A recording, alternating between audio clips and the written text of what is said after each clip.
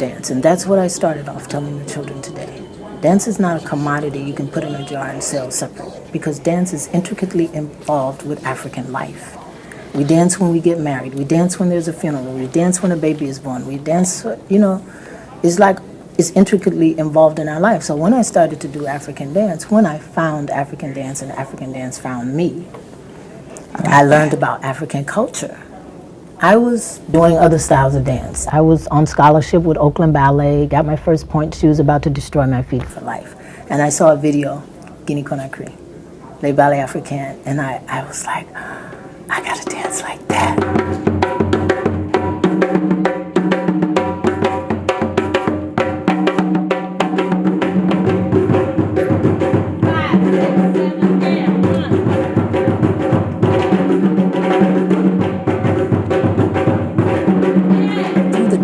I learned about the food, I learned about ceremonies, I learned about customs and different things in African culture. So the dance has been a very powerful tool for introducing African life from that corner.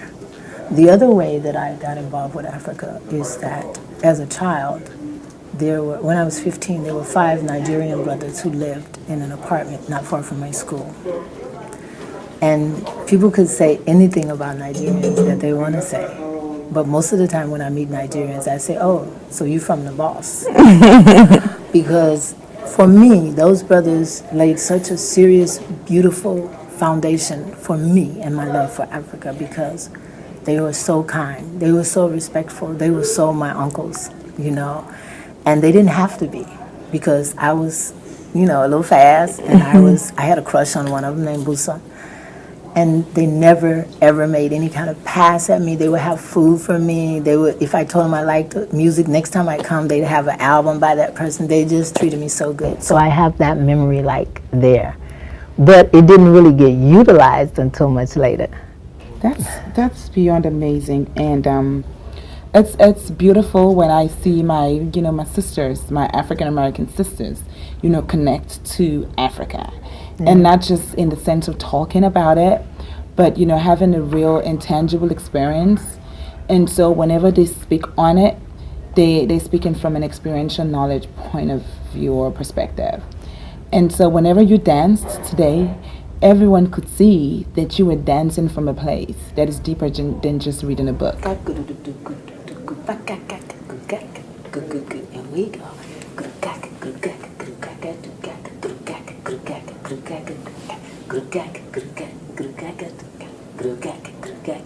You see what I'm saying? Yeah. Amazing. Dance is a healing art. Dance it makes you feel good, It's and drumming. Like in the Congo, they taught us that when someone dies, everybody comes to that person's compound and they bring their mats. They bring their children. Everybody's going to be there with the people for 2 weeks at least. And so the first time I came to Malunga's house, it was after Jeannie had passed. And he was like, where the kids? Where the kids? You bring some blankets? You bring blankets? And he's like, you're not going anywhere. You're going to stay here, Mm-hmm. And that was the first time that I ever experienced drumming, literally all night. I mean, I swear to you, the sun came up and they were drumming. They were there in that dining room drumming, And so for me, experiencing dance and learning dance like I have, it's like if I have a problem, if my back is bothering me, if I have a headache, I can go dance. If I dance Lamba, if I take one Lamba dance class or I go to one gathering where we dance Lamba, I will not have a headache anymore. My feelings of depression or whatever I'm down about will be gone. It's like that, and it's that simple. And it's a healing art that is ours. You know what I'm saying? It's ours. They have dances that are specifically for healing. My favorite dance from Congo is Nzobi, and it's a healing dance. And a lot of us didn't like it because you have to bend over when you're doing Nzobi. There's a kind of, oh, my back, there's a complaint. But me, I always loved Nzobi because I always had this vision in my mind, this is crazy. somebody is sick and everybody comes around them and does this, you know, that just blew my mind from the first time we started doing it. And so I remember the choreography, I guess because I loved it so much. I just talked to the teacher, I'm talking 30 years ago. And I just talked to my teacher about a week ago, Sundor. He just happened to call, and I said, I got to bring you to D.C. But, I mean, it's so powerful, the healing aspect of African dance, you know. And it's ours.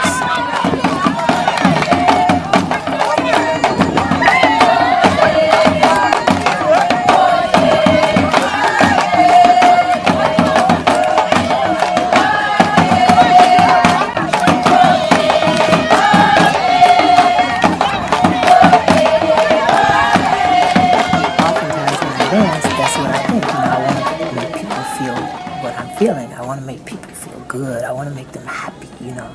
I did a funeral about 2 weeks ago with the drummer that was here today with me.